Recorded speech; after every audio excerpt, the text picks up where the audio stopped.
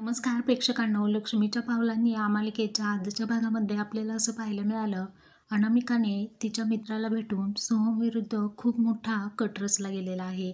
त्याला भेटायला आल्यानंतर अनामिका म्हणते की आता सोहमविरुद्धचा प्लॅन एक्झिक्यूट करण्याची वेळ आलेली आहे आणि तू आमच्या दोघांचा कॉमन फ्रेंड आहेस, तर तुझ्या मदतीने आता मी त्याचा काटा काढणार आहे, असं ती त्याला म्हणत असते.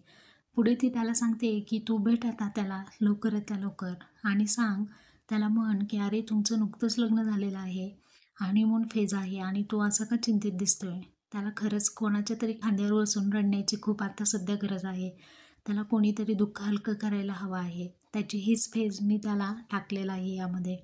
तो खूप बोलणारेवर आहे, लगेच रडणार, सांगणार आणि एवढं करूनही तो जर काही बोलला नाही, व्यक्त झाला नाही, तर आपली पुढची फेज, आपला पुढचा एक काम म्हणजे काजल, हिला गाठायचं आणि तू डिप्रेशनमध्ये आहेस असं त्याला भासवायचं.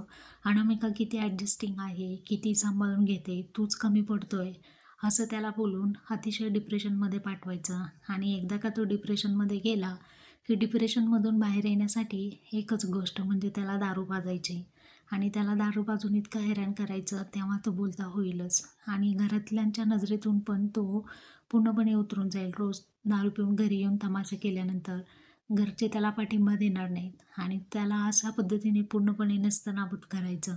तू जा आता भेट लवकरात लवकर माझ्या नवऱ्याला, असं ती त्याला सांगत असते.